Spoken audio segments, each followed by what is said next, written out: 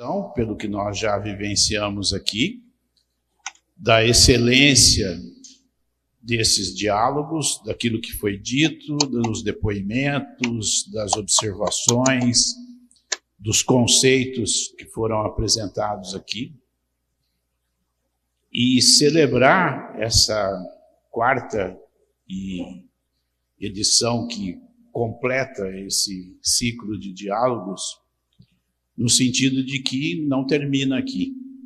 Acho que essa é a principal mensagem que precisa ficar. Nós estamos encerrando um evento que contou com 4 episódios, mas outros certamente virão sobre essa temática. Que isso seja o início da consolidação definitiva dessa temática, que elegemos como a principal do nosso ano letivo, a educação antirracista, e que parece ter despertado, finalmente, essa preocupação e a necessidade de ações efetivas para que nós extirpemos de vez com a intolerância e com as questões que são abordadas nesses diálogos que nós estamos fazendo. É muito interessante ressaltar que também a rede estadual de educação tem iniciativa muito parecida, com um ciclo de formação importante para as escolas estaduais também. Prova de que esse assunto tem que permear toda a nossa sociedade para que consigamos, de uma vez por todas, extinguir qualquer tipo de racismo que possa persistir na nossa sociedade.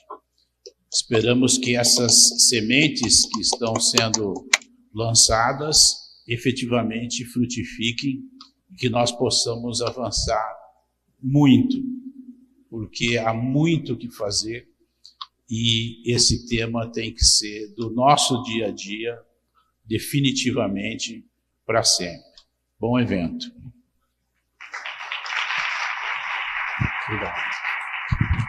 Obrigado, secretário.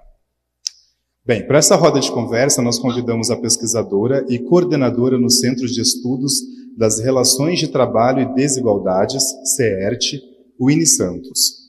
Ela também foi orientada da professora Cida Bento e atualmente é pesquisadora visitante no Centro de Pesquisa Afro-Latino-Americana na Universidade de Harvard. E para compor esse bate-papo, convidamos Júlia Rosenberg. Ela é escritora, psicóloga social e clínica e permacultora. É especialista em relações raciais no CERT, com foco nos estudos sobre branquitude. É fundadora da Coalizão Empresarial para a Equidade Racial e de Gênero e fundadora da Tecidas 360. Para cá, Júlia.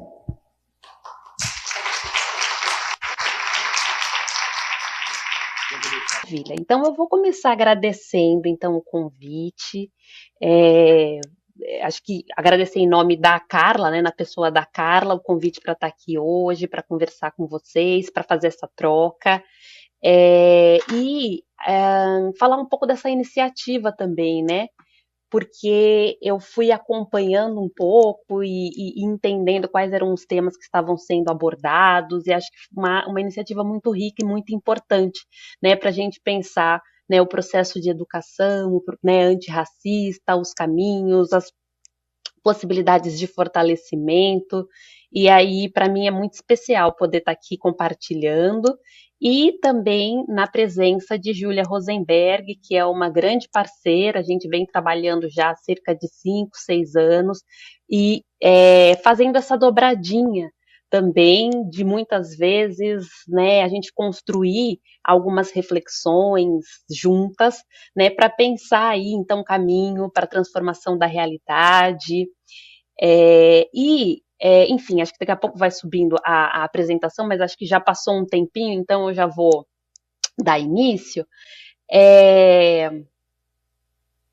trazer, acho que é importante trazer, né, que a gente vai fazer a discussão hoje, para pensar, né, o lugar da mulher negra, então pensar raça, gênero e fazer reflexões, né, sobre a saúde da mulher negra no contexto escolar, e penso que é para além, né, a gente vai pensar a saúde da mulher negra na sociedade e os impactos, né, e aí acho que é bem bacana essa dobradinha, né, o Winnie e Júlia, ficar aqui para o final, porque, né, observando um pouco dos temas que foram sendo abordados, acho que era importante, acho que essa finalização com pensando convivência, pensando um processo histórico que traz a gente até aqui, né?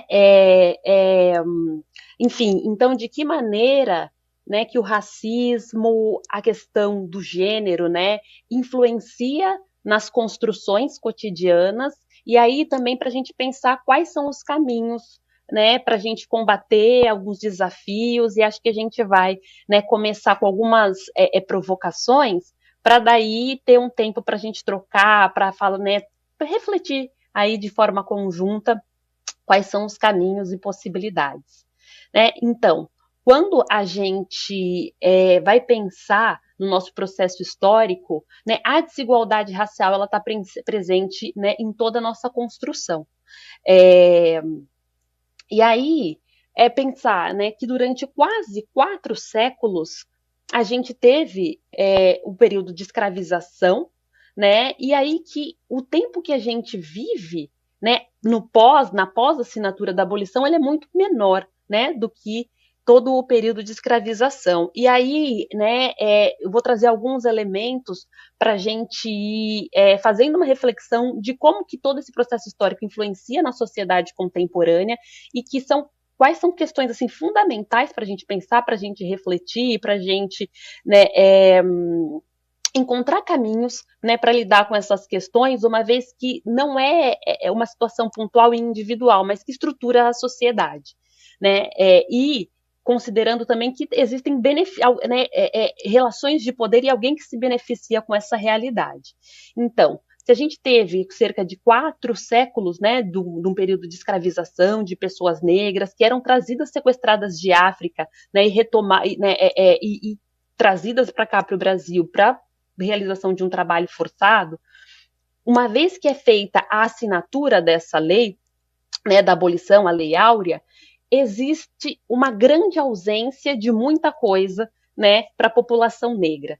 Então, a gente começa com a ausência de políticas reparatórias. Não teve um processo de indenização. Então, se essas pessoas negras que não eram consideradas pessoas, né, então foram seres desumanizados,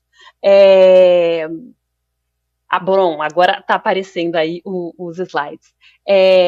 A gente tem, então, essa ausência de indenização e, então, retomando, essas pessoas trabalharam durante quase 4 séculos, né, 400 anos, enriquecendo outros bolsos que não seus próprios, e aí, uma vez que é assinado uma lei, não existe nenhum recurso, né, para que essas pessoas, então, passem a subsistir e vivenciem a sociedade enquanto sujeitos de direito, né? Muito pelo contrário. E aí existe também uma ausência de integração social, né? Então, seja lá quais fossem, né, as políticas de educação, de saúde, de moradia da época, ocorre que a população negra não foi integrada, né? Então, no dia 14, não existiu a ideia de que, olha, são pessoas, né? Então, no imaginário social, não há uma transformação do lugar que é colocado,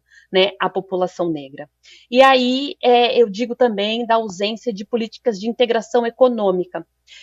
A gente tinha, então, um mercado de trabalho, né, sendo composto majoritariamente por pessoas negras que desenvolviam trabalhos a partir, né, do processo de escravização, uma vez que é assinada a lei, e já, né, nesse processo tardio, porque a gente tem um processo muito tardio de finalização do processo de escravização, sendo então o Brasil o último país das Américas a abolir a escravidão, e com um processo de desenvolvimento na Europa, né, desenvolvimento de indústria, né, na Europa, nos Estados Unidos, pode voltar, a gente ainda está naquele amarelinho, que vai falar da ausência das políticas de reparatórias, ausência das políticas econômicas. Então, a gente tem um processo que dificulta a participação da população negra enquanto sujeitos de direito, né? Então, acho que esse é um ponto fundamental. Pode passar.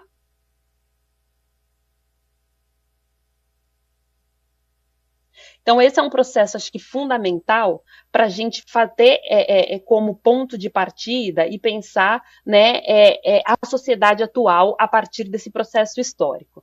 E aí, dando sequência, quando a gente vai falando, né, da ausência das políticas de integração econômica, as pessoas negras elas não foram integradas no mercado de trabalho. Então, enquanto escravizados eles eram pessoas ótimas, então dá tudo certo, a gente existe aí a possibilidade dessas pessoas negras desenvolverem esse trabalho enquanto pessoas escravizadas, mas não era entendido que enquanto trabalhadores de fábricas, eles teriam também pessoas trabalhadoras competentes.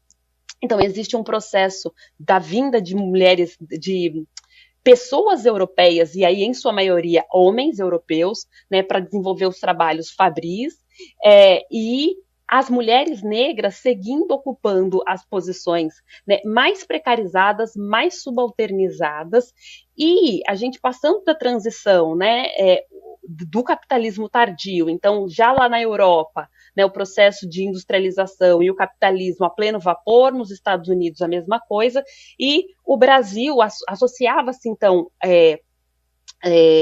o atraso econômico no Brasil à existência do trabalho escravizado, à existência das pessoas negras.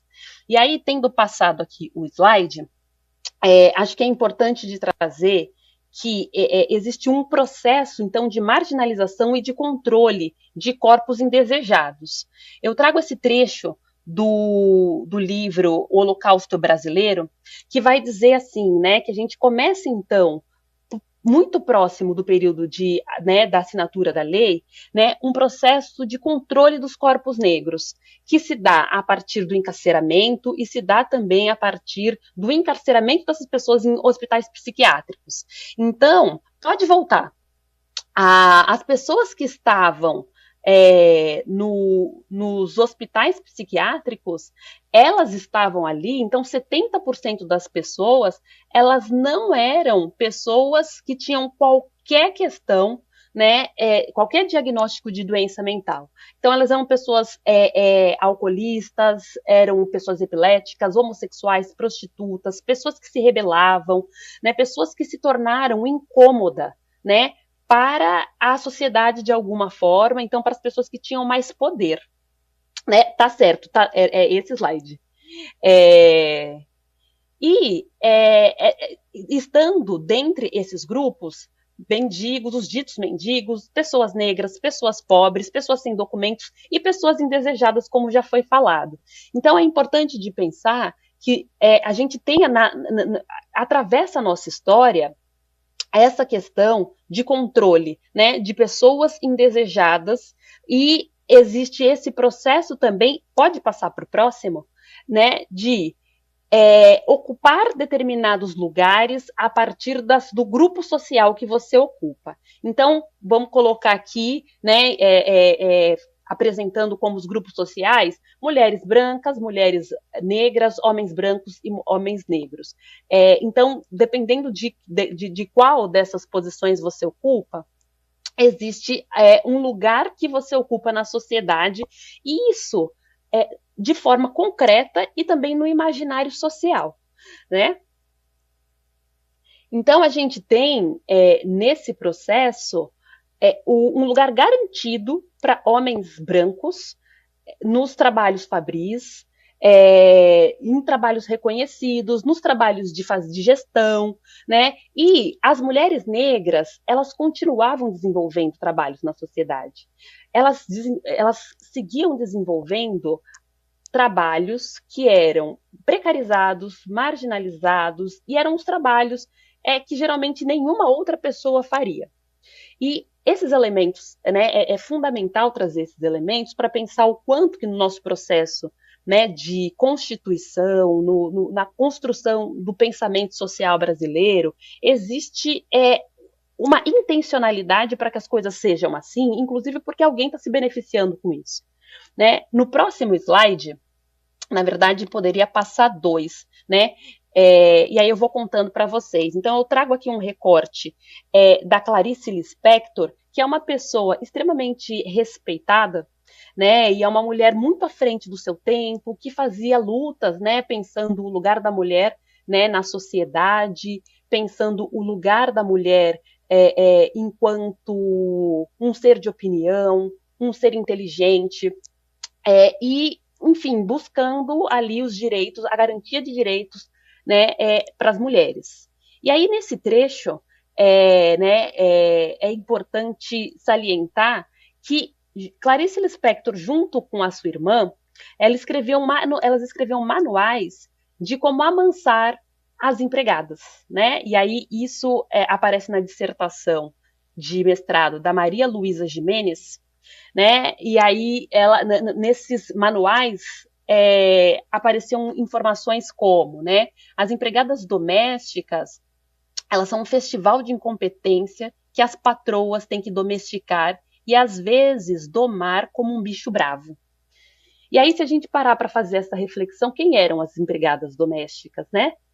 Eram as mulheres negras que um dia foram escravizadas, né? E aí as filhas, as netas dessas mulheres escravizadas que seguiam ocupando na sociedade esse mesmo lugar, né? E aí, se a gente for pensar hoje, quem ocupa, né, esse mesmo trabalho, então 70% das trabalhadoras domésticas de hoje seguem sendo mulheres negras. E aí, eu vou trazendo esse elemento para a gente pensar, né? Então, lá no comecinho eu falava do movimento eugênico, né, da intencionalidade de controle dos corpos negros e de outros corpos também tidos como indesejados, e toda essa construção sendo feita por teóricos, né, por cientistas, por médicos, e aí, na sua maioria, homens, né, e de pensar, então, que essas pessoas que são formadoras de opinião, que constroem o pensamento brasileiro, elas vão seguindo, então existe uma perpetuação, né, dessa construção. Né? A nossa construção das universidades, por exemplo, no Brasil, ela é bastante recente.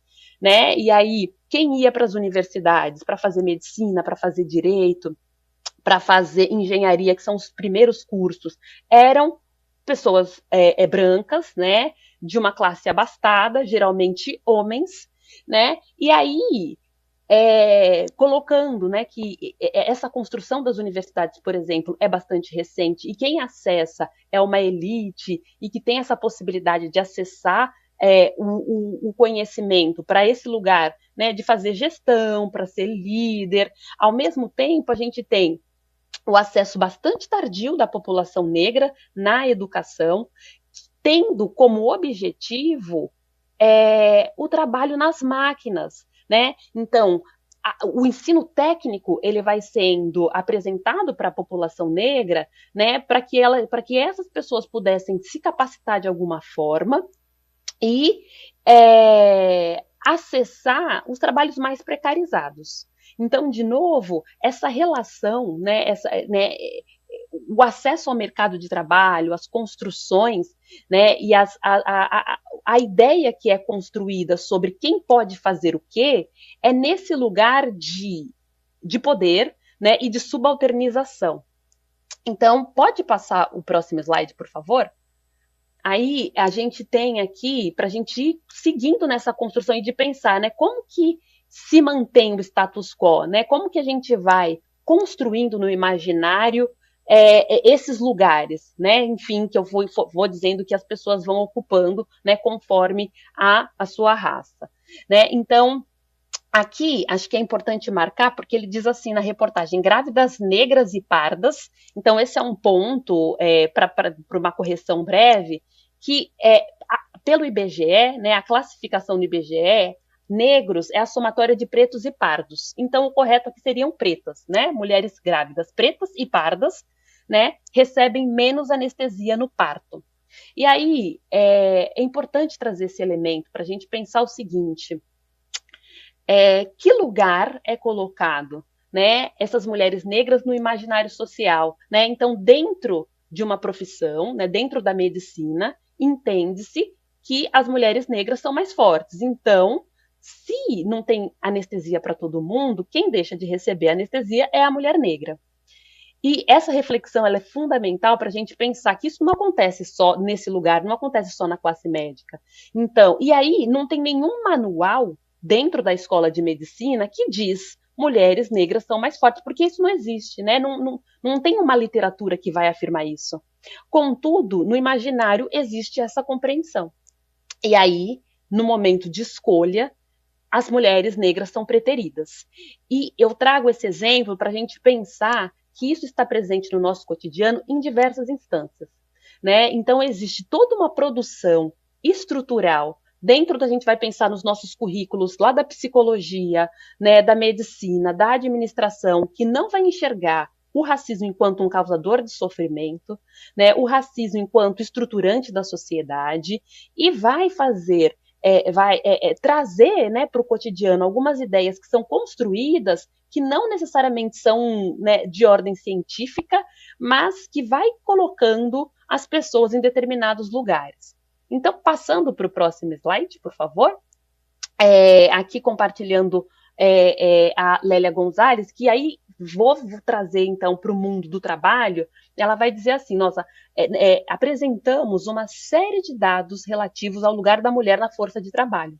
Ali a gente constata que, em virtude dos mecanismos de discriminação racial, a trabalhadora negra trabalha mais e ganha menos que a trabalhadora branca, que, em sua vez, também é discriminada enquanto mulher. Então, temos essa questão, né, para refletir, para pensar, né, o lugar que as mulheres são colocadas dentro do mercado de trabalho é um lugar de subalternização quando comparado com homens, mas quando a gente vai comparar a mulher negra com a mulher branca, também ocupam lugares diferentes, e aí isso é bastante importante para a gente trazer, né, para a nossa reflexão. Pode passar, por favor? Mas aí, então, aqui eu trago Cida Bento para compartilhar também as suas reflexões, e ela vai dizer que quando a mulher negra, ao ocupar o cargo de chefia, tem um outro agravante. Então, ela vai dizendo que a discriminação contra negras em cargos de chefia sustenta-se na resistência do branco em aceitar alguém socialmente considerada subordinada ocupando o comando de outros brancos, né? Então, é como se o lugar de gestão, o lugar de liderança, ele fosse garantido para as pessoas negras, para as pessoas brancas, né? E quando uma mulher negra ocupa esse lugar, é como se ela estivesse ocupando um lugar que não é dela, né? E aí tem inúmeras implicações. A gente vai, né, falar um pouco disso mais para frente, né? Mas a hierarquia social baseada, então, na raça e igualmente no gênero estabelece que há uma posição inferior na relação ampla entre brancos e negros, homens e mulheres, que deve corresponder uma posição inferior no trabalho, onde o lugar de um jamais será ocupado por outro. Né? Pode passar?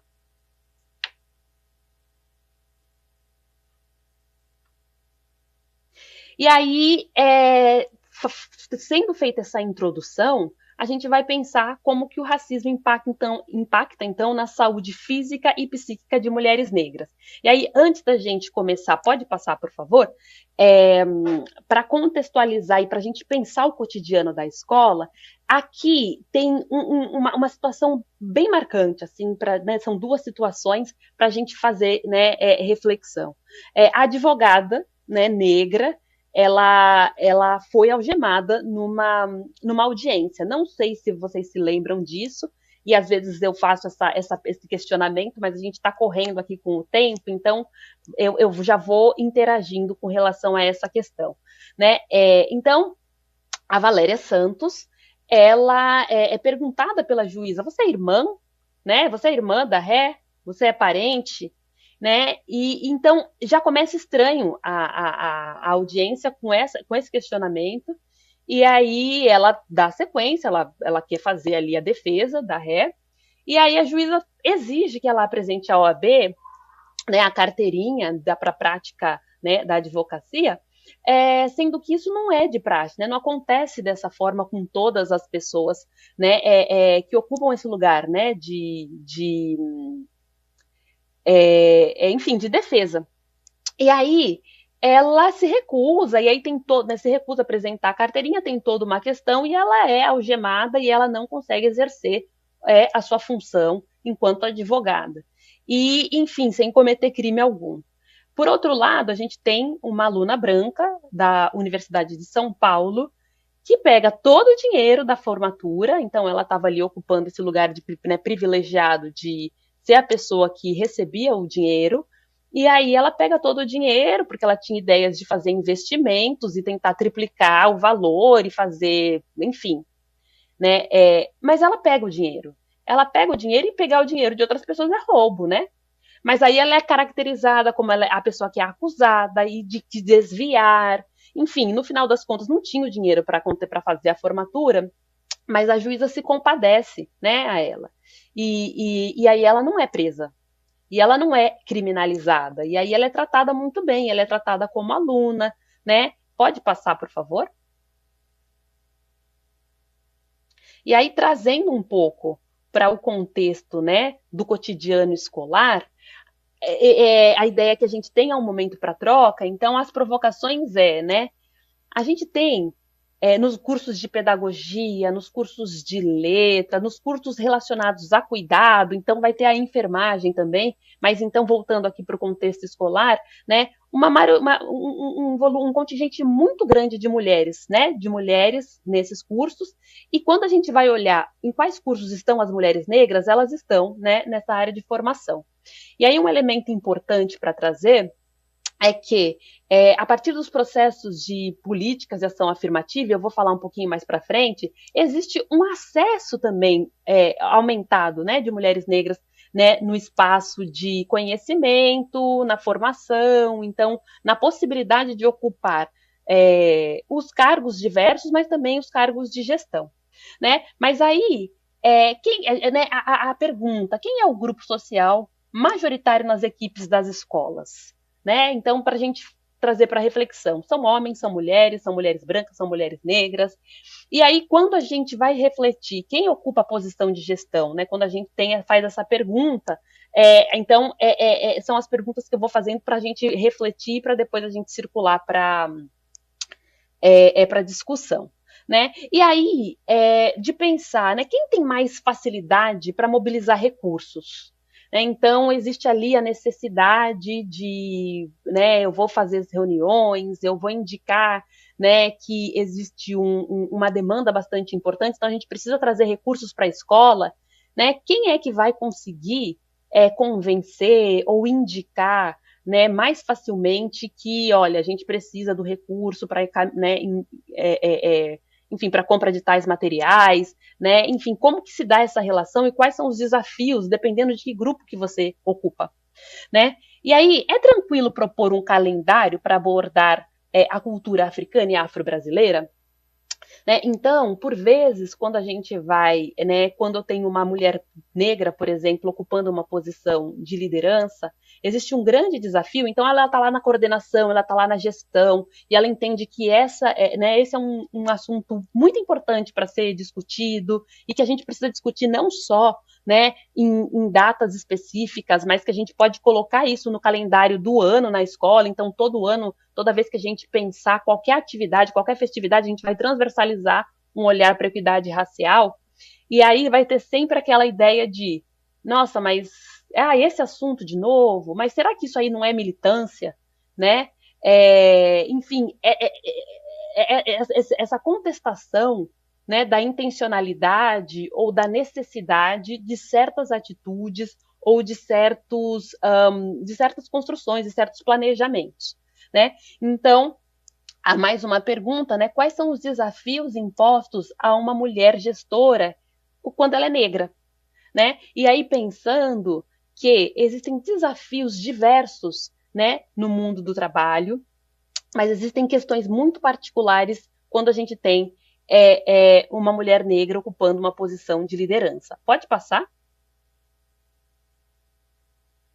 E aí, acho que para a gente ir refletindo, né, é, o racismo ele é extremamente perverso, né? E aí ele vai atravessando a vida de pessoas brancas e pessoas negras ao longo de toda a sua existência, sendo que em algum momento algumas pessoas se beneficiam, dependendo do grupo social que ela ocupa, e Júlia vai falar muito bem sobre isso daqui a pouquinho, né? E outras pessoas vão sendo colocadas sempre nesse lugar, né, de marginalização, nesse lugar de será que essa pessoa realmente é competente? Será que essa pessoa realmente é inteligente? Será que essa pessoa realmente deveria estar aqui?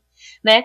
E aí aparece lá na fala que eu atuo, eu sou pesquisadora de relações raciais, né, pesquisadora de relações de trabalho, mas atuo também como psicóloga clínica.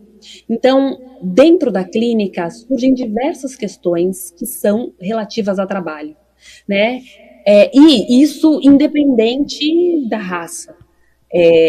Contudo, é fundamental de pensar, né? O racismo ele impacta de certa forma, né? Ele atua, né, na psique de determinadas formas que, por mais que a gente viva hoje um processo de adoecimento dentro do mercado de trabalho, existem questões que são muito específicas da raça, né? Então, quando uma mulher é silenciada, né, vai dizer muito desse, né, dentro do mercado de trabalho. Mas quando existe, né, o recorte de raça, o recorte de gênero, né, existe sempre essa leitura, né? Poxa, será que, né, isso está acontecendo comigo por conta de eu ser mulher? Por que será que eu não sou ouvida? Né? Por que será que eu sou questionada? Então aí vem a síndrome da impostora. Existe depressões que são causadas, né? Porque a partir dos desafios que vão sendo colocados, né, e desse lugar de desvalidação, né, do conhecimento, então a pessoa negra tendo que sempre provar que ela tem aquele conhecimento, de que ela está falando a partir, né, de um lugar de construção social, não de benefício próprio. Então são vários desafios que vão se apresentando, né, dentro da rotina, né, que vai fazendo com que, por vezes, a pessoa nem queira estar naquele lugar, né? Então, é melhor eu nem ocupar esse lugar de gestão, né? E se questionando, inclusive, né? Será que eu realmente deveria estar aqui? E aí, por vezes, o silenciamento ou desafios que vão se colocando, né? Eles são tão perversos que a própria pessoa ela não percebe. Então ela adoece sem ter uma consciência de que esse adoecimento ele vem, né, a partir do racismo. Tem um teórico que vai dizendo que ao longo da trajetória, né, começando desde a infância, né, as pessoas negras elas vão passando por diversas situações de racismo que por vezes elas vão ter dificuldade do próprio aprendizado, né?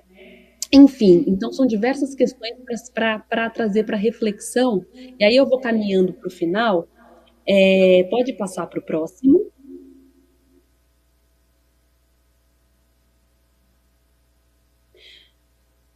E aí, existem algumas discussões, né, a serem feitas. Então, por exemplo, uma das principais políticas reparatórias que a população negra conseguiu a partir de muita luta por exemplo, as políticas de ação afirmativa. E aí é fundamental a existência das políticas de ação afirmativa, justamente por conta de todo esse processo histórico que foi marginalizando e deixando, né, num lugar de subalternidade a população negra. E aí uma das políticas de ação afirmativa, né, é a reserva de vagas ou a pontuação de acréscimo, né, acréscimo de pontuação, para acesso nas universidades, né? Além de ter as políticas também para acesso aos serviços públicos, aos cargos públicos, mas com essa possibilidade, né, do acesso às universidades, um grande componente de mulheres negras acessa o nível superior a partir das políticas de ação afirmativa. Então, tem o dossiê da mulher negra, que foi lançado, um documento que foi lançado e está disponível, né, em 2013. Ele vai contando assim que teve um aumento enorme. O grupo que mais avançou, então o maior crescimento que aconteceu de acesso à universidade foram mulheres negras. E aí é importante pensar assim, né? Não é que necessariamente o número de mulheres negras é maior do que o número de homens brancos, por exemplo. É que o número de homens brancos já era grande, e aí continuou grande, né? E o das mulheres negras era muito pequeno e aumentou bastante com relação, né, à proporção anterior. E aí, isso não faz. Então, as mulheres negras, elas acessam o ensino superior. De certa forma, e ainda de forma muito tímida, existe uma mobilidade financeira. Então, existe essa possibilidade das mulheres negras acessarem alguns trabalhos, né, algumas posições, outros níveis hierárquicos para além, né, dos níveis dos cargos de nível de entrada. Contudo, quando a gente vai olhar para a sociedade como um todo, o acesso à mobilidade, então essa possibilidade de mobilidade financeira, ela não reflete em ascensão social. Então, a pessoa que tem mais recursos financeiros, quando ela é uma mulher negra, não necessariamente é, né, uma mulher negra que vai ascender socialmente, né, que vai ocupar outros lugares na sociedade. Porque antes de ser uma pessoa com recursos financeiros, ela é uma mulher negra. E aí, muitas vezes, ela vai tentar acessar um restaurante diferente, né? Um restaurante de elite, um restaurante que frequentam mais pessoas abastadas, e aí ela é tida como, olha, esse lugar não é para você, né? Então, e aí eu vou falando dessa construção social, né, para trazer o quanto que isso impacta na constituição da subjetividade dessa pessoa e o quanto que isso vai refletir, né, na questão dela no cotidiano, no dia a dia. Então, voltando para aquele slide, né, enfim, não precisa voltar só para reflexão mesmo. Voltando para aquele lá que apareciam as doenças, né, os desafios, está muito relacionado, né? Então, eu sou uma pessoa que eu consegui ascender, eu acessei uma educação de qualidade, e aí eu quero levar, né, a minha família, né, para acessar melhores espaços, para poder ter maior qualidade de vida, mas não necessariamente eu sou aceita nesses lugares, né? Não necessariamente eu estou entendida como pertencente desse espaço, como pertencente desse lugar. E aí isso impacta diretamente no próprio processo, né, de adoecimento e das construções que podem ser feitas, né? Então, como que essa pessoa se coloca, né, no seu cotidiano, como que ela se coloca lá no dia a dia, na escola, né? Como que ela vai pensar as construções. Então, eu queria trazer um pouco desses elementos para a gente abrir para a conversa, né? E de colocando assim, bom, existe uma problemática que está posta. E essa problemática, ela se dá a partir de toda uma construção social e dessa relação de poder na qual alguém se beneficia.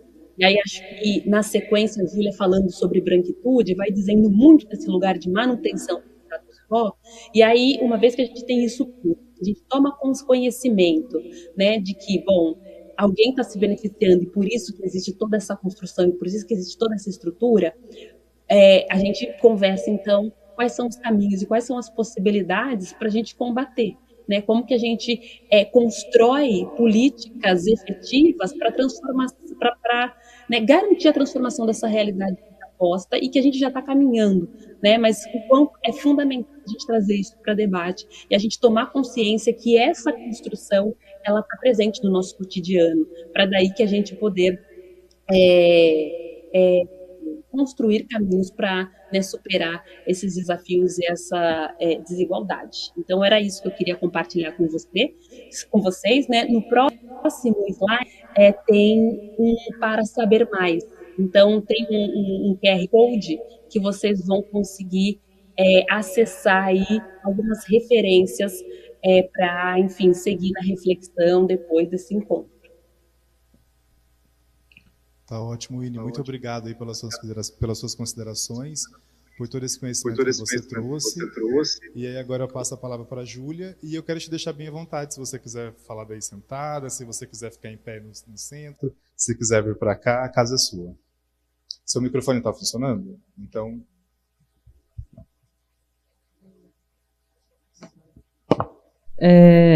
Boa noite a todos, todas e todes.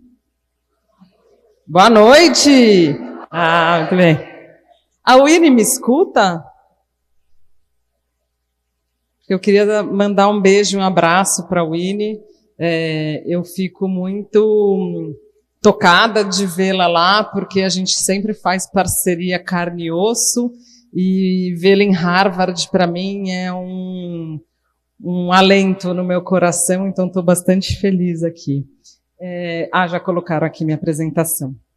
Então, antes de eu começar, eu queria agradecer o convite da Secretaria aqui de Campinas, a Mari, a Carla, a Silmara. Tem várias pessoas que fizeram esse encontro possível, terminando aqui a jornada, né, que eu sei que foi muito potente, inclusive já soube que a Jussara, fui falar da Jussara, acho que precisa, foi? Que a Jussara falou de mim outro dia, né, já tive aí, então eu falei da Jussara, veio a microfonia aí, né? Então hoje a gente vai falar, né, vai ter esse diálogo sobre a branquitude, que é um tema que eu venho estudando, pesquisando já há algum tempo, e aqui não está passando, então eu queria entender que no ensaio estava passando, agora não está. Eu aponto para algum lugar específico? Aqui? Agora foi. Acho que o Francisco queria agradecer, né, que me apresentou. Acho que tem poucas coisas aqui que eu gostaria só de reforçar, né, então, que eu sou fundadora da Tecidas, que é uma consultoria que vem apoiando algumas organizações e empresas nessa jornada de diversidade, equidade e inclusão. Eu venho trabalhando com esse tema, né, há mais de 20 anos, com foco em equidade racial, sobretudo pesquisas de branquitude. Então, eu sou uma mulher branca, especialista em relações raciais, pensando branquitude. Eu falo muito sobre gênero e sexualidade também, né, pensando aí LGBTQIAPN+, aproveitando que a gente está, né, em junho, que é um mês bastante importante para a gente, né, garantir a existência de nós, pessoas LGBTs. E tenho pensado também muito no tema de masculinidades, né? Da mesma forma que a gente fala de relações raciais, as pessoas brancas não se colocam, quando a gente vai falar de equidade de gênero, os homens não se colocam, então também é algo que eu venho pesquisando. Eu sou voluntária do projeto de saúde mental de homens trans do IBRAT. Eu sou 45+, faço aniversário daqui 2 dias. Depois a gente canta parabéns. Eu sou uma mulher bissexual, demissexual, branca, permacultora e mãe da Antônia, de 14 anos, então eu sempre falo que eu estou aí nos desafios de maternar.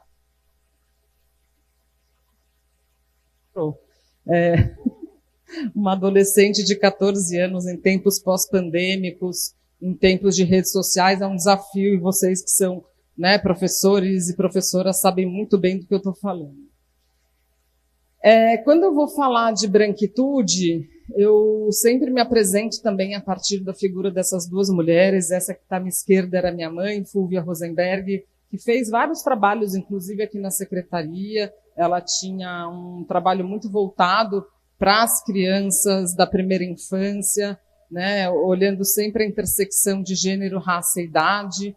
Então, desde sempre, na minha casa, eu falei sobre relações raciais. E quando eu me formei, no começo dos anos 2000, fui trabalhar com a professora Cida Bento, né, que a Winnie já falou sobre ela. Então, é uma das principais referências no Brasil do estudo de branquitude. Ela é fundadora do CERT, que é o Centro das Relações de Trabalho e Desigualdade.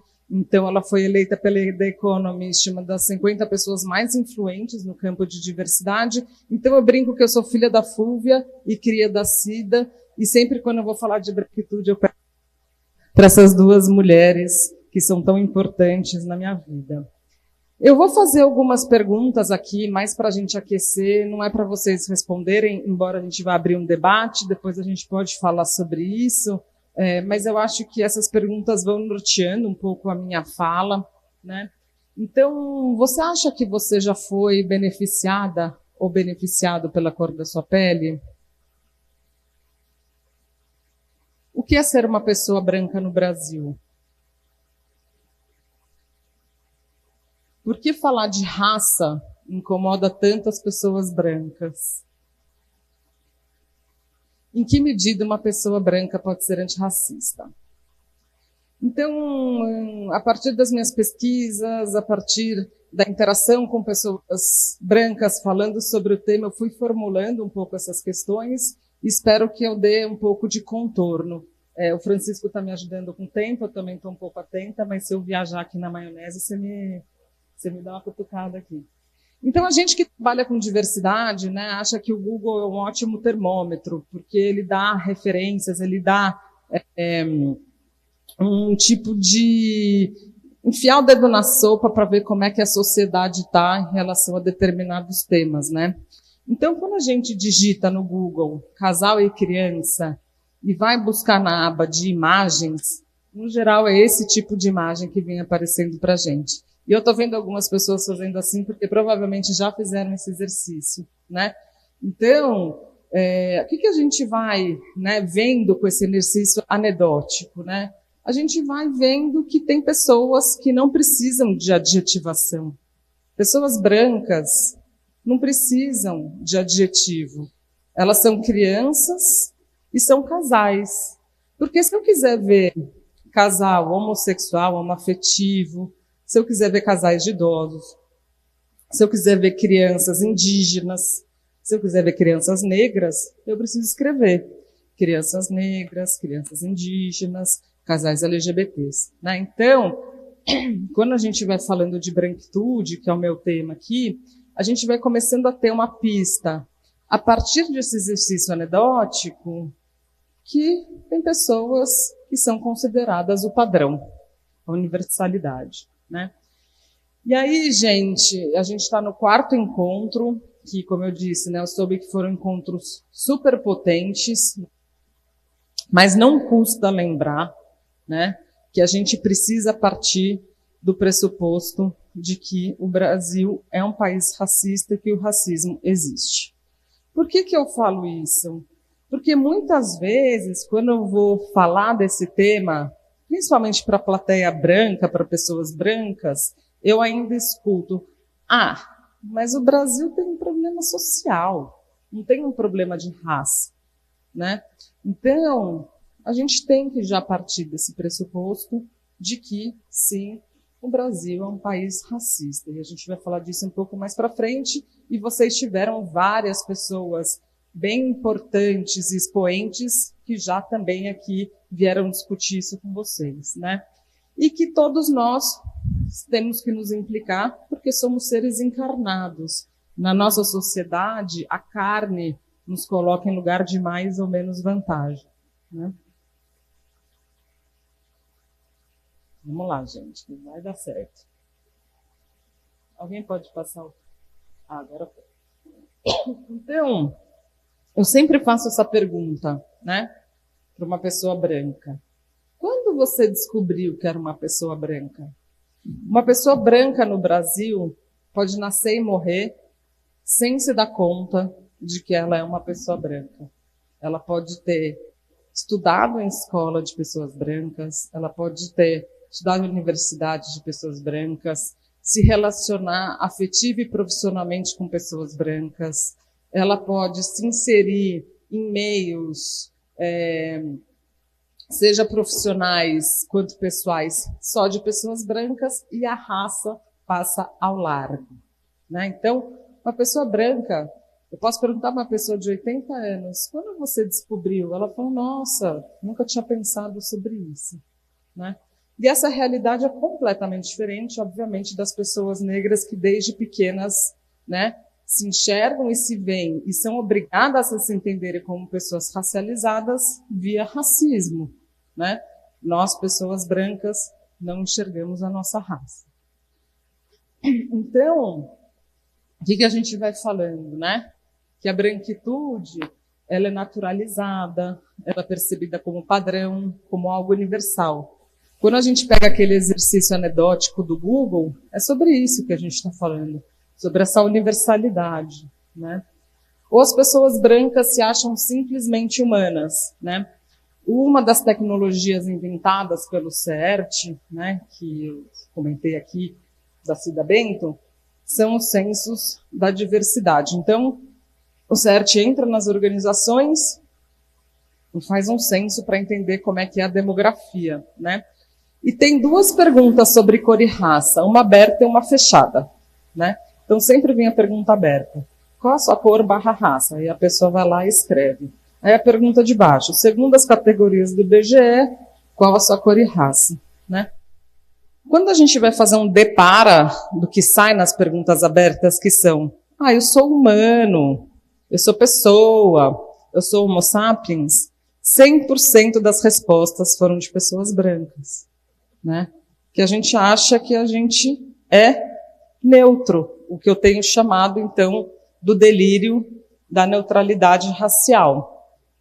Eu comentei que eu sou psicóloga clínica também, então psicólogos e psicólogas aqui, né, sabem que o delírio, né, é um entendimento equivocado da realidade, né? Então, eu conheço esse termo muito nessa perspectiva de alertar as pessoas brancas de que sim, o nosso olhar é implicado, ele tem viés, né? Ele não é um olhar, uma posição neutra, né? Muito pelo contrário, a gente vai falar dos privilégios da branquitude, né? O Mário Teodoro, e depois eu vou, que nem a Winnie, eu também preparei um para saber mais, então tem várias referências, mas vocês já devem, alguém já deve ter comentado antes de mim do Mário Teodoro, ele vai dizer que no Brasil as desigualdades fazem parte da paisagem, né? A gente aprende a naturalizar determinados lugares, tanto de pessoas negras, mas e também, sobretudo, talvez, de pessoas brancas. Não sei se vocês lembram do mendigato, estou vendo algumas pessoas assim, né? O mendigo gato, que foi achado nas ruas de Curitiba em 2012 e causou, né? O Francisco, a jornalista, deve lembrar dessa história, e vira e mexe, os jornais ainda fazem matéria com ele. A gente sabe o paradeiro. Outros também, né? Depois, se puder até comentar isso, o jornalismo que coloca essa luz também, né? Então, a gente causou uma celeuma, o mendigato. Por quê? Esse cara não poderia estar nas ruas, né? Então, teve vaquinha, teve mobilização, né? E o CERT e tantas outras organizações dos movimentos negros vêm denunciando o genocídio da população jovem negra, e é o tipo de notícia que a gente não vê mais, né? Que os nossos olhos, né, estão acostumados e a gente pula. Aqui, jovem que mora em Florianópolis está presa na Itália por transportar 3 quilos de cocaína. Ela está transportando, não está traficando, né? Ela, né, é considerada jovem, ela não é considerada traficante, né? E aqui embaixo tem até uma escala cromática, né, de quem que é jovem e quem que é traficante. E aí também, né, a gente tem dados que vêm falando do genocídio entre as mulheres negras indígenas, e esse dado não nos salta aos olhos. A Winnie trouxe, a gente nem combinou, mas acho que a gente está tão estarrecida com essa notícia, né, de que a aluna da USP ela está sendo julgada por desvio. Quem que diz? Ela roubou, enfim, né, eu não sou jurista, mas entendimento, ela roubou, né, 1 milhão, né? E aqui, quantas e quantas notícias, né, comentávamos ali nos bastidores, né, que quantas notícias não aparecem desse tipo, né, de pessoas negras que furtam um chocolate, um detergente, um sabonete, e ainda estão no sistema prisional, ainda estão presas sem julgamento, né? Então, isso vai falando para a gente de algo que o George Simmel, que é um filósofo alemão que eu gosto muito, ele fala do caráter blasé, né? que é o caráter blasé? Ele vai dizer que, do ponto de vista psicológico, a gente não tem condição de lidar com absolutamente tudo aquilo que está ao nosso redor de maneira consciente. A gente ia enlouquecer, né? Então, a gente vai criando mecanismos, né, para que a gente se distancie, né, dessa realidade. Então, eu moro em São Paulo, acho que eu não falei isso, porque eu não gosto de São Paulo. Isso vai ficar registrado ou não? Depois a gente pode pagar essa parte, mas tudo bem. Mas é verdade, né? São Paulo, né, a gente também comentava como tem pessoas em situação de rua, né? Se eu saio de um lugar, eu vou para outro e vejo 500 pessoas em situação de rua, eu não consigo lidar do ponto de vista psicológico, atento, com toda a atenção e implicação, porque senão eu vou enlouquecer. Então, o que o Jorge Simmel vai falar, né? Que a gente vai desenvolvendo esse caráter blasé. Mas qual que é a armadilha que a gente, né, tem aí depois como, acho que um raciocínio, né, que a gente vai tendo, que a gente também vai criando uma certa empatia seletiva, né? Então, tem pessoas que eu me importo mais e tem pessoas que eu não me importo tanto, né? Antes de eu trazer esse exemplo, que eu atualizei meu exemplo, mas o meu exemplo anterior era da Larissa Manoela. Todo mundo sabe aqui da Larissa Manoela, conhece a atriz? Todo mundo sabe da história do milho da Larissa Manoela, né? Não, mas a maioria sabe, né, que os pais dela proibiram ela de ter dinheiro, e aí ela foi na praia, né, e aí não tinha dinheiro para comprar um milho. Isso saiu em todos os lugares, né? Então a gente estava assim muito impressionado com a história da Larissa Manoela, né? Concomitante à história da Larissa Manoela, teve uma chacina no Guarujá, que o movimento negro acusou o Estado de execução sumária. Os jornais cobriram pouquíssimo isso, deram foco em Larissa Manoela. Aqui outro exemplo, né? Então, a juíza que concedeu liberdade a dono de Porsche manteve preso o homem que furtou o desodorante. Não preciso nem dizer a cor dessa juíza, né? Então, assim, quando a gente está fazendo, né, esse caminho para falar de branquitude, né, então que a gente começa a falar dessa naturalização, desse padrão e dessa universalidade, do caráter blasé e da empatia seletiva, né, tudo isso vai ensejando um lugar de muito conforto para nós, pessoas brancas, né, um lugar de muita isenção também, né.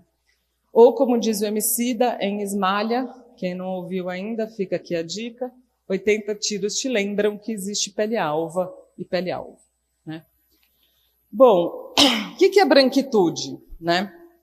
Tem vários estudiosos e estudiosas que falam sobre branquitude, né?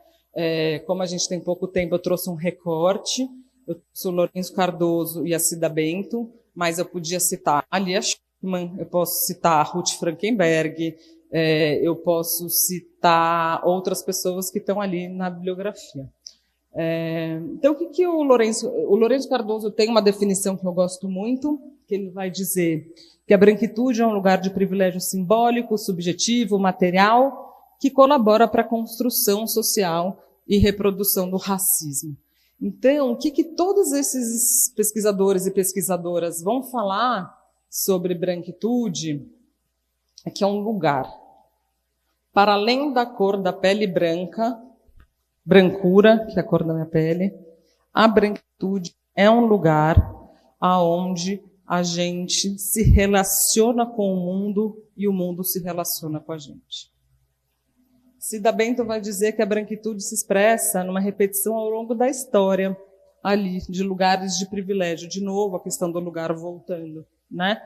Que são assegurados para as pessoas brancas, mantidos e transmitidos para as novas gerações.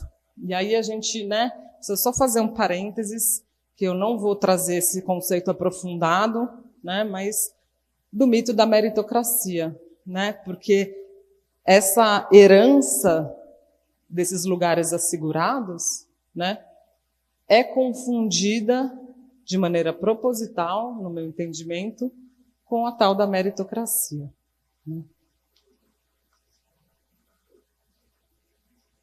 Ver o quê? Mas, então, aqui tá bom? Ficou? Então, falando um pouco dos privilégios da branquitude, né? Enfim, acho que eu mencionei que a gente ia comentar sobre eles. Antes de eu entrar em alguns privilégios para trazer materialidade, tem uma frase da René do Lodge, né, de um livro que fala "Porque eu não converso mais sobre raça com pessoas brancas", que ela vai dizer assim: quando falo de privilégio branco, não quero dizer que as pessoas brancas têm uma vida fácil, que nunca tenham lutado ou que nunca tenham vivido na pobreza. Mas o privilégio branco é o fato de que, se você é uma pessoa branca, sua raça certamente afetará positivamente a sua trajetória de vida de alguma forma, e você provavelmente nem vai perceber. Bem, pesquisadora, nos anos 80, ela escreveu um artigo que chamava Os 56 Privilégios da Branquitude. E por que eu estou dando risada? Porque ela coloca, né, esse número 6 no final, no meu entendimento, como uma reticência, né, porque são tantos que senão ela fica enumerando, né? Então ela coloca lá, né, 46. Eu falei 56, mas são 46. Então eu trouxe aqui alguns catalogados, né, enfim, indexados, só para a gente lembrar, né? Então os privilégios cotidianos, que eu posso sair sozinha, né, posso fazer compra, eu não vou ser assediada, não vou ser perturbada, eu vou ligar a televisão, vou ver um monte de gente branca representada. Os privilégios psicológicos, né? Eu posso ter certeza que se eu tiver, né, uma necessidade de assistência médica ou jurídica, a raça não vai contar contra mim. Eu posso me identificar com personagens de livros e filmes que geralmente refletem a minha raça como algo positivo. Privilégios educacionais, né? Eu posso ter certeza que se eu for entrar numa reunião da escola da minha filha, né, a maioria das pessoas vão ser brancas como eu, né, e isso vai ser um ponto de positivo, um ponto de identificação. Os privilégios no trabalho, eu posso contar com colegas de trabalho superiores que são geralmente da minha raça, eu posso me expressar no trabalho sem temer que a minha raça seja usada contra mim, né, os privilégios legais, eu posso dirigir um carro e eu sei que a minha raça não vai ser algo que vai fazer o policial parar, e eu sei que foi essa história que a Jussara contou aqui, quem estava aqui, não sei se lembra, que eu fui parada no carro e eu tinha acabado de fazer o teste de Covid. Então isso foi em 2020, e era uma época que tinha marcar o teste de Covid na farmácia, vocês lembram disso, né? Então era meses até esperar conseguir fazer o teste, e eu ia encontrar meu pai, que é idoso. Enfim, então eu tinha acabado de fazer o teste, eu estava voltando para casa, o policial parou meu carro e falou para eu fazer o bafômetro, que tinha aqui, né, assoprar o instrumento. E eu falei que eu não ia fazer, eu tinha acabado de fazer o teste de Covid. Ele falou, tá bom, senhora, pode sair. Né? E eu tenho certeza absoluta que ele fez isso, porque eu sou uma mulher branca. Então, a gente pode ficar a noite inteira aqui falando dos nossos privilégios, mas talvez tenha um privilégio que seja talvez um dos mais importantes e que raramente a gente fala sobre ele, que nunca me pedem para falar sobre as pessoas do meu grupo racial. Eu sou Júlia Rosenberg, ponto. Eu não preciso responder sobre aquela cantora branca como eu que fez aquilo outro, sobre aquele político branco como eu que também é um cara corrupto, né? Ou sobre aquela pessoa branca como eu que fez aquilo, né? Todas as pessoas negras que eu conheço, em alguma medida, tiveram que responder sobre Pita, Pelé, Obama, quem mais? Neymar. Vamos lá, quem mais? Exemplos de pessoas que... o que você acha do Pelé? Jojo Todinho. Davi do Big Brother. Carol Conká. Quem? Fernandinho Beiramar. Então é isso, né? As pessoas negras são... quase que, eu ia falar convidadas, mas eu acho que quase que obrigadas a terem uma resposta sobre outras pessoas negras, como se a raça fosse a única possibilidade de identidade, como se não tivesse idiosincrasias, contradições, pessoas que pensam diferente, né? Oi? Também não podem errar, né? Então, eu não trouxe o conceito da Ruth Frankenberg, mas a Ruth Frankenberg vai falar que a branquitude também é um lugar de invisibilidade e anonimato. Porque é isso. Eu só. Nem pela minha filha não preciso responder às vezes, né? Então isso é extremamente cruel. Uma vez eu estava fazendo um projeto falei que eu trabalho com empresas, né? Com grandes organizações que pensam as relações raciais. São organizações mesmo que estão, né, a fim de mudar e pensar práticas, enfim. E eu ouvi de uma mulher branca que trabalha com o tema de diversidade há muito tempo. Ela falou a seguinte coisa, ela falou, eu não entendo por que os movimentos dentro do movimento negro não se juntam para ter uma única pauta. Aí eu falei, porque as pessoas e os movimentos têm direito às suas contradições, às suas idiosincrasias, aquilo que acreditam. Ou você acha que todas as pessoas negras pensam iguais e têm que estar agindo exatamente da mesma maneira? Né? Então, ninguém vai exigir isso, por exemplo, das organizações brancas que pensam o meio ambiente. Por que não Greenpeace, o WWF, o X, todo mundo não se junta e vai pensar a mesma coisa? Porque cada um tem o seu jeito de pensar, cada um tem sua pauta, cada um tem a sua forma, né, de organizar o que vai levar adiante como prática, enfim. Né? Então, acho que isso é bem importante quando a gente está falando de branquitude.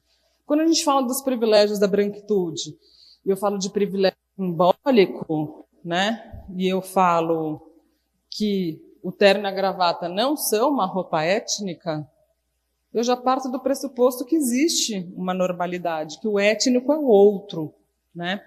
Ou então, né, quando essa pesquisa vai falar qual dessas mulheres já estudou no exterior, é médica ou executiva de uma grande empresa, e as pessoas apontam as mulheres brancas. De partida, sem eu ter feito absolutamente nada, eu já posso ser lida como uma médica, como uma executiva, como uma pessoa que estudou no exterior. E quando a pergunta é quem já foi preso e apontam para as mulheres negras, de partida as mulheres negras são vistas dessa forma. Então, os privilégios da branquitude, eles são muito mais do que privilégios materiais, eles são muito privilégios simbólicos também. E isso é muito complexo, porque infelizmente, a gente não para discutir relações raciais no Brasil, né? E as pessoas brancas, como se sentem isentas, acreditam que o privilégio é mérito, né? Eu mereci estar aqui. E aí, gente, coloquei ali nas referências também um livro que eu gosto muito, muito mesmo, que é da Laila Saad, que ela vai falar Eu e a Supremacia Branca, como reconhecer seu privilégio, combater o racismo e mudar o mundo. Então, se eu puder indicar um livro, assim, né, para as pessoas brancas colocarem mesmo a mão na massa, olhando os seus próprios privilégios e vendo como a branquitude, né, se interpõe no cotidiano, eu indicaria esse livro. E ela tem um conceito, ela tem vários conceitos, e eu pensei em um deles, que é o daltonismo racial. São aquelas pessoas que não veem cor. Eu não vejo cor. Né? O pessoal já está rindo ali porque já acontece isso aqui. Né? Então, não percebo as diferenças de raça. São pessoas que vão dizer assim, eu não vejo cor, eu só vejo pessoas. Eu não te vejo como uma pessoa negra. Ou, não me importa se a pessoa é branca, preta, amarela, azul e rosa. E quando eu ouço essa frase, a mim me dá sempre uma ânsia de vômito, né? Porque não existe pessoas rosas e azuis, né? Então é você realmente diminuir e reduzir a experiência racial da pessoa amada, né? Ou falar que ela é uma pessoa de cor, né? Como se as pessoas tivessem cor, né? Que quem tivesse cor fosse só as pessoas negras. Ou falar assim, não sei, Francisco, acho que não aconteceu com você, porque você é uma pessoa negra, eu já vivi isso assim, muito. Exato. Né? Ou então achar que falar de raça, né, vai causar a divisão racial, ou cotas e políticas afirmativas são racistas, e aí também, né, quando a gente começou a discutir cotas no começo dos anos 2000, né, não tinha, né, gente, Facebook, Instagram, então a gente ia fazer militância no bar, né? E aí eu lembro que amigos ditos progressistas de esquerda, né, falavam, eu sou contra as cotas, vai tirar a vaga do meu filho. E eu falava, mas onde está escrito que essa vaga é do seu filho, né? Então, ou vários intelectuais que na época também assinaram um documento, né, que dizia, falar de raça vai separar as pessoas, vai causar uma divisão, uma cisania racial. Mas o que causa a divisão e a cisania racial é o racismo, não é a raça, né? O Coates já dizia, né, a raça é filha do racismo e não mãe dele, né? Então, o daltonismo racial é isso, né? Quem você é não me importa. Então, a gente parte do delírio da neutralidade racial para a gente minimizar qualquer experiência, né, racial. E é um ato de gaslighting, né? Eu venho trabalhando com o tema de masculinidades, então, quando a gente vai falar de microagressões, gaslighting é deixar a mulher, assim, meio sem saber se ela falou mesmo. Então, você tem certeza que você falou aquilo? Você fica ficando meio doida, né? Então, é a mesma coisa que a gente faz, né? Colocar em dúvida o efeito nocivo do racismo, né? Se eu falo, nossa, eu acho que você não viveu isso porque você é negro, mas porque você é jornalista, né? Eu estou tirando, né, qualquer experiência nefasta do racismo na vida da pessoa. Eu estou dizendo que eu e o Francisco somos a mesma coisa, vivemos a mesma experiência, né? E por que falar de raça incomoda tantas pessoas brancas, né? Tem um conceito da Robin DiAngelo, que eu também coloquei lá nas referências, que é a fragilidade branca, né? Então, o que ela vai dizer? Ela vai dizer assim, nós, pessoas brancas, né, não temos nenhum repertório sobre falar de raça. A gente não sabe falar de raça, a gente não aprendeu, né? E, aliás, se a gente puder sair desse assunto, melhor ainda, porque eu não aguento mais ouvir falar sobre raça, né? Então, se alguém vira para mim e fala assim, Júlia, você foi racista? A primeira coisa que eu vou fazer é me defender, né? Fala, imagina, você está louca. Imagina, como assim racista? Eu vou ficar brava, eu vou ficar irritada, né? Eu vou ficar na defensiva. Por quê? Eu quero restabelecer o meu equilíbrio, eu quero restabelecer aquele lugar de conforto e eu não tenho nenhum tipo de repertório que me garanta entrar numa conversa como essa. Falar, talvez eu tenha sido racista, vamos identificar o que é racismo. A gente conversava nos bastidores ali, né, que, infelizmente, né, no Brasil, a gente não constituiu ainda um léxico e um repertório do que é racismo, tirando um grande xingamento, tirando uma grande violência que seja indubitável, o resto a gente... Será que foi racismo? Né? Só que a fragilidade branca não tem nada de frágil, porque o que ela vai querer? Reestabelecer o silêncio. Né? Então, não falo sobre raça, não quero falar sobre isso, é mimimi, vocês só querem agora trazer esse assunto, vamos mudar de assunto. Né? Então, é um conceito importante. E aí, gente, entrando rapidamente no mito da democracia racial, que vocês já devem saber, mas eu queria só recuperar ele para entrar num outro tópico, que daí eu estou caminhando mais para o final mesmo da conversa, que qual que é, né? O mito ele foi difundido mais nos anos 70, mas ele, né, nasceu ali nos anos 40, né? E qual que é a premissa?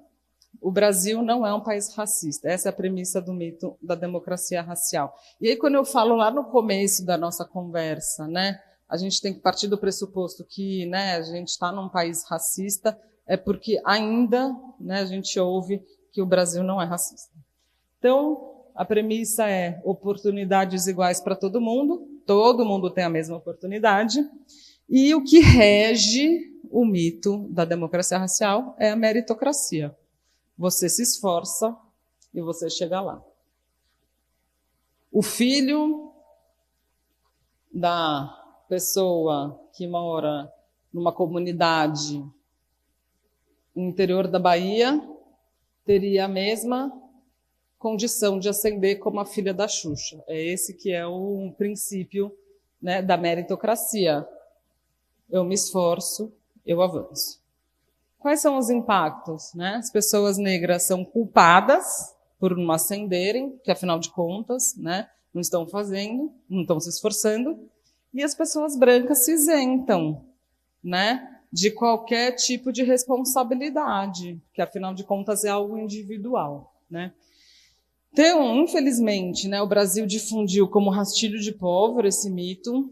Ainda hoje, né, algumas pautas dos movimentos negros têm que ser, né, na destruição desse mito. Então, em vez de a gente gastar energia pensando em outras coisas, fica gastando energia e fala assim, o Brasil é racista, né? E aí, o mito vai trazendo alguns dados, né, como esse. Então, uma clássica pesquisa da Folha, né, que em 95, depois foi uma publicação Racismo Cordial. A pergunta era, o Brasil é racista? Sim, o Brasil é racista, né? 89%. Pergunta seguinte, você é racista? Não, não sou racista. Isso foi em 95. 2003, Perseu Abramo, 91% das pessoas, sim, o Brasil é racista. 4% falaram que eram racistas. O ano passado, o IPEC, 81%, sim, o Brasil é racista. 11% só falaram que eram racistas. Então, o que a gente vai falar? Que o Brasil é um país racista sem racista. Todo mundo reconhece que o Brasil é racista, mas ninguém se reconhece como racista. E aí, até uma coisa que depois a gente pode aprofundar nas conversas, porque eu e a Winnie, a gente gosta muito de, né, de trazer elementos para isso, para tentar entender por que se dá essa lógica, né? Então, uma das coisas, obviamente, é o mito da democracia racial, que a gente aprendeu isso e fica reproduzindo, né? Florestan Fernandes dizia que o brasileiro tem preconceito de ter preconceito, então não sei quanto isso entrou aí, né? A outra coisa é repertório. Não temos repertório, acho que eu já falei um pouquinho disso, né? Não temos repertório do que é racismo, né? Se não é uma grande violência, algo que salte aos olhos e que seja assim unânime, o resto a gente não sabe muito bem. Mas tem uma coisa que eu também acho bastante importante a gente discutir aqui, que a Robin DiAngelo vai chamar de dicotomia bom e mal, né? Então, o que ela vai dizer, né? Que a gente, por não ter repertório, né, a gente não consegue saber muito bem, né, o que é racismo e o que não é, mas a gente sabe quem são as pessoas racistas e quem são as pessoas não racistas. Então, as pessoas racistas são ignorantes, são intolerantes, são preconceituosas, mesquinhas, ultrapassadas, são pessoas más. E as pessoas não racistas são progressistas, instruídas, descoladas, abertas, democráticas, são as pessoas boas. Aonde que a gente vai se situar? Nesse lado bom. Alguém vai querer falar que é mal, que é mesquinho, ignorante? Não. A gente vai lá e fala o quê? Eu sou não racista, porque eu sou tudo isso, né? E aí, eu preciso fazer o quê? Nada, né? Porque eu vou falar que é culpa do racismo estrutural. Eu já me posicionei como uma pessoa não racista. Eu já disse para vocês, eu não sou racista. Vocês querem mais o quê de mim? Ah, tá. Eu posso até dizer, isso é culpa do racismo estrutural, que agora as pessoas brancas aprenderam, né, esse nome. E dizem que cometeram racismo estrutural, exato. Né? Então, é uma mecânica que, se a gente não presta atenção, a gente acaba reproduzindo. Porque a gente precisa entender que o racismo, ele se dá nas nuances, ele se dá nas inter-relações. E aí vocês que são da escola, vocês estão dentro da sala de aula, vocês sabem que o racismo não é só quando aquele aluno branco xinga o aluno negro descaradamente. Vocês sabem que isso se dá nas relações interpessoais de maneira mais sutil, né? E a gente precisa começar a nomear. Então, até tenho falado para as escolas, eu falei que eu tenho uma filha, né, de 14 anos, e ela estuda numa escola de São Paulo, uma escola particular que chama São Domingos, e a escola a gente criou um comitê, então, de políticas antirracistas, né? E uma discussões que a gente fez, que é como que a gente vai discutir ações antirracistas se a gente não sabe o que é o racismo, como ele se dá aqui, né? Então, a gente está criando protocolos para entender como é que o racismo se dá. Vamos olhar como é que ele acontece, né? Indexar. Até fica a sugestão aí, porque eu acho que é algo interessante, né? E aí, Francisco, juro, estou indo bem para o final. Cida Bento cunhou esse termo, né? O Pacto Narcísico da Branquitude. Também as anteriores a mim já devem ter falado bastante, né? Então, o que a Cida foi fazer, né, na psicologia social? Ela falava assim: eu não acho que as pessoas brancas façam um conluio da meia-noite às 6 para saber como que elas vão excluir as pessoas negras dos espaços de poder, né? E via psicologia social, ela foi pesquisar esse fenômeno que ela cunhou, então, como Pacto Narcísico da Branquitude. Tem um livro, Pacto da Branquitude. O que ela vai dizer, né? Que nós, pessoas brancas, a gente cria um acordo silencioso. Então, esse acordo não é escancarado. A gente se contrata, né? A gente se indica. Então, quando a gente vai ver nos censos do CERT também, como que você entrou na organização? As pessoas brancas, a maioria por indicação. Que já estão lá dentro. Vai indicar o amigo, o primo, o tio, né? Então, as pessoas brancas já estão e continuam, né? Então, é um acordo, né, que a gente vai garantindo, fincando o nosso lugar, que é o lugar do privilégio, que é o lugar do silêncio, e é um lugar que erroneamente, e eu acho que até nefastamente, a gente fala que é meritocracia. Tem um conceito que eu venho trabalhando mais recentemente, principalmente pós George Floyd, em 2020. Nunca se viu tantas pessoas brancas engajadas no assunto, né? Então, Black Lives Matter nos Estados Unidos, muitas pessoas brancas engajadas, mas alguns ativistas negros têm trazido uma reflexão que eu gosto muito. Eu trouxe aqui o do Uzodimma Ivela, que é um escritor americano-nigeriano, que ele vai falar justamente que a gente muitas vezes entra nesses movimentos com um oba-oba, uma superficialidade muito grande. Então, eu lembro muito do quadrado preto. Vocês lembram disso? Que na internet, no Instagram? Então, teve um movimento que as pessoas brancas colocavam, né, fazendo um quadrado preto ali, e falavam, sou antirracista, enfim, né? O que aconteceu depois disso? Nada. Né? A gente saindo bonito na foto porque ninguém mais pode falar que é racista, porque ninguém pode estar desimplicado desse assunto, né? Só que isso tem uma perversidade muito grande, porque além de a gente ocupar espaços também, a gente não aprofunda para ter uma mudança sistêmica real, né? Como que a gente está aprofundando de fato? Então, muitas vezes, quando eu vou trabalhar em empresas e organizações, e elas falam assim, queria fazer uma campanha, né, para o dia 20, falando sobre, né, o Dia da Consciência Negra, trazendo pessoas negras, a pergunta que eu sempre faço, tá bom, mas o que você está fazendo da porta para dentro? Porque não adianta, porque hoje, se você fizer uma propaganda só com pessoas brancas, homens brancos, heterossexuais, cisgêneros, já não vai mais ser muito bem visto assim, né? Mas o que eu estou fazendo, de fato, para uma mudança sistêmica, né? Então, eu tenho refletido muito sobre o ativismo performático, né? Pouca reflexão e muito oba-oba, né? E aí, a Laila Saad vai falar dessa aliança ilusória, né? Que muitas vezes a gente vai estabelecendo né, em relação às pessoas negras, em relação ao movimento antirracista, né? E eu gosto muito dessa primeira, eu aprendi que tem isso aqui, ó. Eu gosto muito dessa primeira parte aqui que ela vai falando, que muitas pessoas estão passando, né, por um ativismo sem fazer uma reflexão do seu próprio racismo. Eu passo a postar coisa, a falar sobre o assunto, mas e eu, né, dentro de mim mesma, o quão racista eu sou, o quão racismo eu posso estar reproduzindo, né?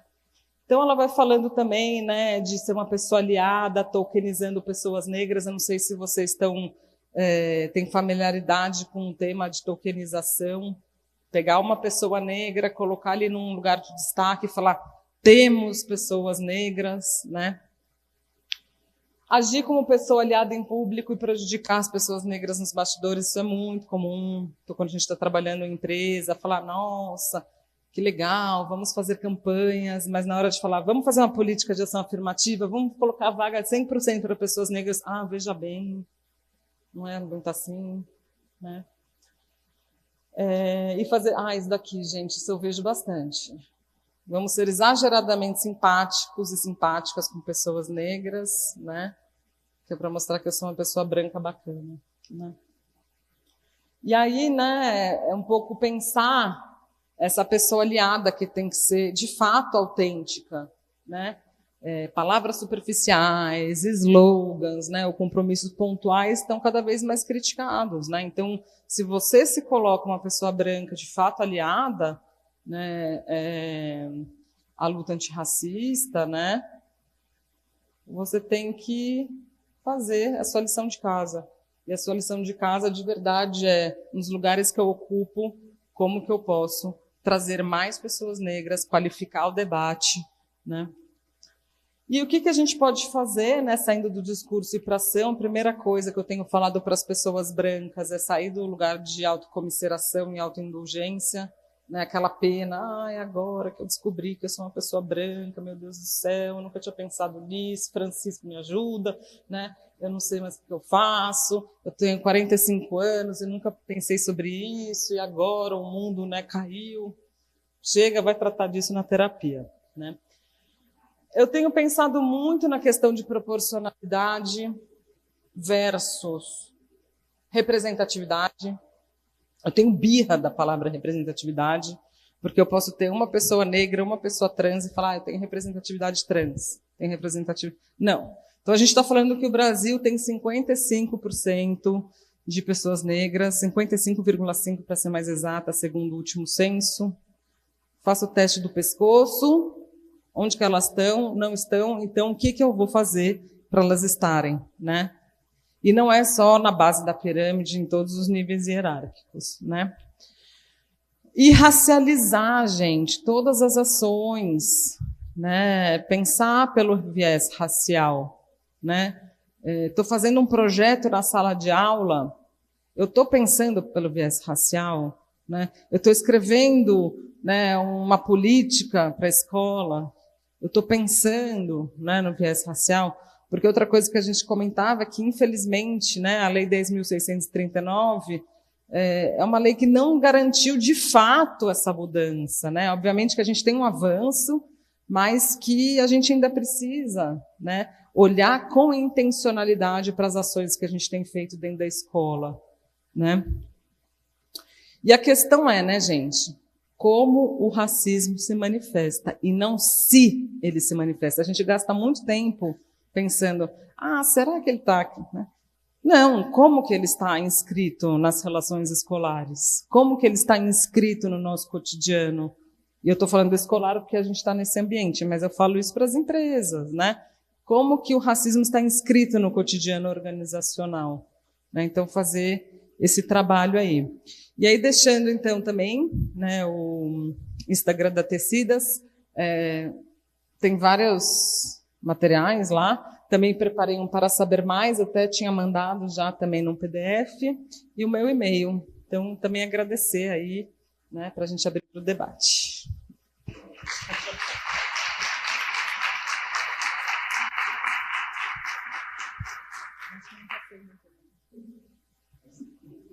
Do que falando dessa coisa da Djamila, né, que eu sempre falo também do lugar de fala, porque, infelizmente, a internet popularizou esse termo e o entendimento muito errôneo, né, desse termo, que lugar de fala virou o lugar que eu posso me silenciar, né, o lugar de silêncio, né?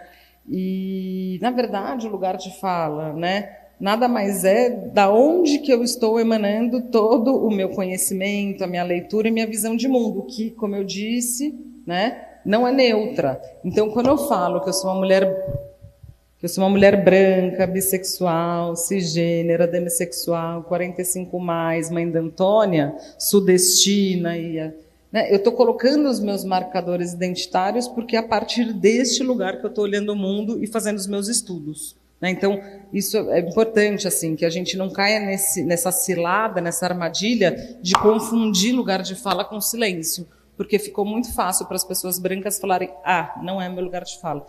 E aí eu acho que tem outra coisa, né, que a gente precisa considerar, que quando a gente fala de relações raciais, a gente está falando de algo que é relacional. Né? A gente não está falando de pessoas negras lá e pessoas brancas aqui. Se o mundo não tivesse, né, se o Brasil não tivesse pessoas brancas, não teria racismo. Né? Então, como é que nós, pessoas brancas, que vamos produzindo racismo? E aí, como é que as pessoas brancas podem estar na causa, né? Primeira coisa, obviamente, né, é se implicar. Acho que aqueles últimos slides, assim, principalmente o que vai falar de racializar, a gente não perder de vista a racialização de todos os projetos, debates, enfim, propostas, ações que a gente vai fazendo no nosso cotidiano. Eu estava discutindo numa escola particular lá de São Paulo, e aí eu virei para a diretora e falei uma coisa assim, a gente não pode racializar a discussão quando convém. Porque muitas vezes fala assim, era aquela professora negra que estava falando aquela coisa.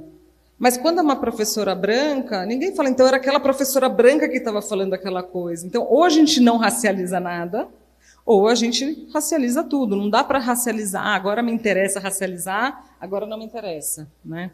Então, acho que é um pouco isso. E como é que eu comecei? Com a minha mãe, a Cida Bento, né? Que grandes inspiradoras aí. Então, acho que o meu legado. Bom, eu queria complementar, né, pensando também na importância da responsabilização, né, o quanto que é fundamental as pessoas se responsabilizarem, né, porque, né, de novo, acho que você foi trazendo isso, né, Francisco, de que não foram as pessoas negras, né, que inventaram o racismo. Então, qual que é a minha participação nisso? Qual que é, né, mesmo que eu não tenha uma intencionalidade, mas de que maneira que eu me beneficio? E aí, enfim, então como eu vou me colocando nesse debate, como eu vou me colocando nas construções para amenizar, né, enfim, para buscar a superação ou os caminhos possíveis para lidar, né? Então, o quanto que todo mundo precisa se implicar na discussão e que tem lugar para todo mundo, né? A partir da sua realidade, a partir das suas vivências, das suas experiências, né? Inclusive do seu lugar de privilégio, né? Porque existem coisas, então, ou situações que é a pessoa branca que vai ter que discutir, que vai ter que representar, às vezes num grupo de outras pessoas brancas, né? Porque, por vezes, a pessoa negra, quando traz a questão, vai ser colocada como, isso é mimimi, né? Então, existem momentos e momentos, situações e papéis que devem ser cumpridos, né, e reflexões que devem ser feitas a partir do lugar, né, que a pessoa ocupa na sociedade. Então, todo mundo tem lugar para discutir, né, equidade racial.